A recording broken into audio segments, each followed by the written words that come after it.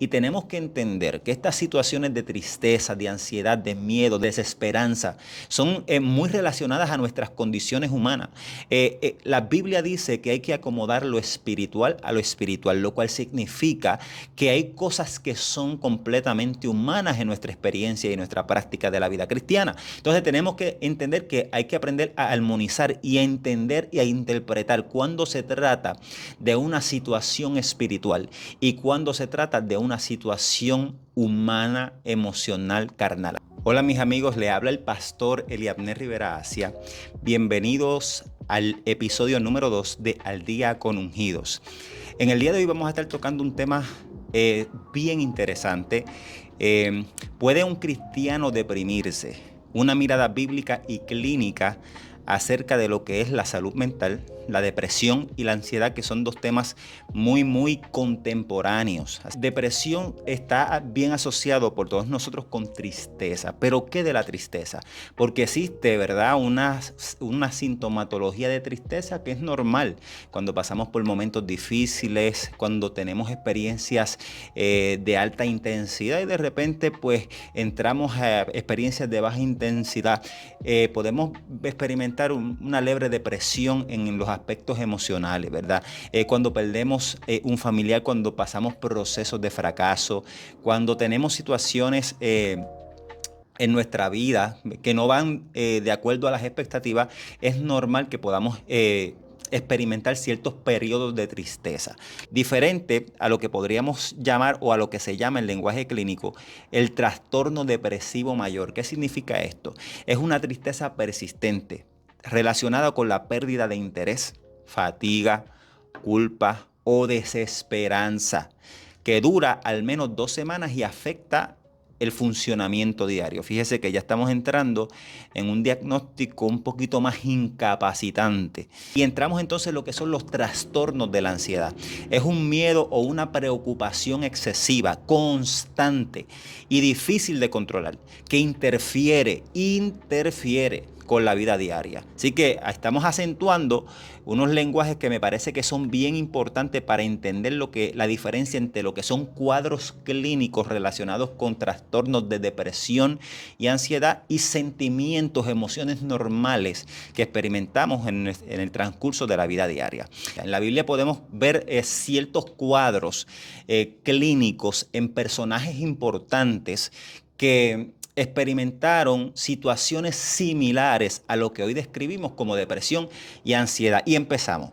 Mire qué interesante lo que vamos a discutir ahora. Elías, esto está en Primera de Reyes 19, que después de un gran triunfo espiritual, Elías huye con miedo y entra en una profunda desesperación. Dice expresamente, y cito: basta ya, oh Jehová, quítame la vida. Y muestra síntomas de agotamiento, escuchó bien, aislamiento y desesperanza. Ese último, subráyelo bien, la desesperanza. Cuando ya sentimos que la esperanza se pierde, esto nos sumerge en un ciclo o en un estado mental y emocional donde podemos incluso llegar a la sensación o a la tentación de ver la muerte como una alternativa viable. Los salmos están llenos de situaciones desesperadas.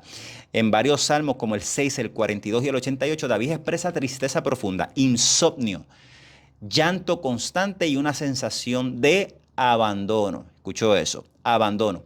Jeremías maldice el día que nació y lucha con sentimientos de frustración, de rechazo y dolor emocional intensos. Constantemente vemos un Jeremías, aunque siéndole fiel a Dios y a su llamado, pero expresando sinceramente delante de Dios su condición y su sensación, su sentimiento, cómo él se siente con las circunstancias que lo están rodeando. De hecho, el libro de Job se trata de un cuestionamiento constante acerca de su rol en la vida, de la existencia, del rol de Dios y un desafío a su teología que le creó una crisis existencial. Así que interesante también la vida de Job. Y esto podríamos decir desde la perspectiva que a veces se vende sobre la gente de Dios o sobre el cristiano, de super espiritualidad, de superhéroes espirituales. Tenemos que contrastar eso con la imagen que vemos en los personajes de la Biblia, número uno, y número dos, con nuestra propia humanidad. Y tenemos que entender que estas situaciones de tristeza, de ansiedad, de miedo, de desesperanza, son muy relacionadas a nuestras condiciones humanas. La Biblia dice que hay que acomodar lo espiritual a lo espiritual, lo cual significa que hay cosas que son completamente humanas en nuestra experiencia y en nuestra práctica de la vida cristiana. Entonces tenemos que entender que hay que aprender a armonizar y a entender y a interpretar cuando se trata de una situación espiritual y cuando se trata de una situación humana, emocional, carnal. Así que es importante que entendamos esto. Ahora bien, independientemente de cuál sea la causa, sea una causa humana, una causa emocional o una causa espiritual, la Biblia tiene soluciones y alternativas y nos ofrece herramientas para todo lo anterior. Oración honesta. David en los Salmos expresa su dolor sin filtro. Mire, esto es importante. La oración nuestra delante de Dios tiene que expresar nuestra honestidad. Si nosotros vamos delante de su presencia y estamos tristes, el salmista decía, mi alma está abatida. Él le oraba al Señor y en medio de la oración él expresaba con toda naturalidad su condición humana de desespero, de abatimiento. No ocultaba esto delante del Señor. No trataba de mostrarse delante de Dios como una persona totalmente fuerte, invulnerable, sino todo lo contrario. Y yo creo que el espacio seguro que nosotros tenemos como cristianos es la presencia de Dios. Siempre que tengamos tristezas profundas, angustia, desesperanza, ansiedades, qué mejor espacio que en la presencia de Dios para nosotros, ¿verdad?, expresar y abrir nuestro corazón delante de Él y expresarle cómo nos sentimos. Así que la oración honesta es una gran herramienta y es una herramienta de desahogo. La palabra de Dios, meditar en las promesas de Dios. La palabra está llena de promesas para el creyente, para la gente fiel, para la gente de fe. Y tenemos que apropiarnos de esas promesas, aún en los momentos más incómodos de la vida, en los momentos más difíciles. El salmista dijo, aún en valle de sombra y de muerte tú estarás conmigo, tu vara y tu cayado me infundirán aliento. Y después dice, y tú prepararás mesas delante de mí en presencia de mis angustiadores.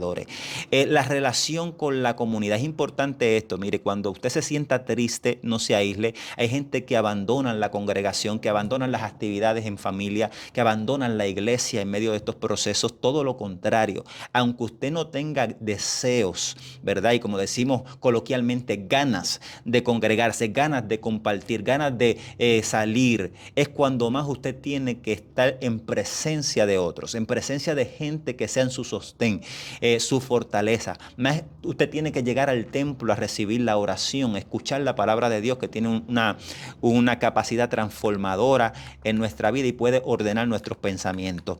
Y la alabanza y la gratitud, la adoración constante, las acciones de gracia constante nos ayudan a dar gracias, porque fíjese que la depresión y la ansiedad está muy relacionada con cogniciones, con pensamientos. Son pensamientos que perturban nuestra mente, nuestras emociones y también pueden llegar a perturbar nuestro espíritu.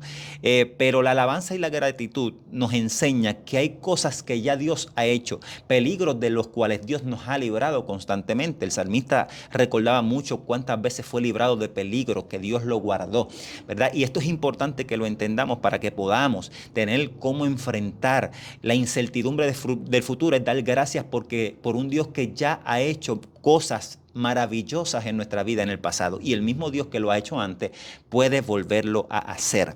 La renovación de nuestra mente, reemplazar pensamientos negativos con la verdad de Dios.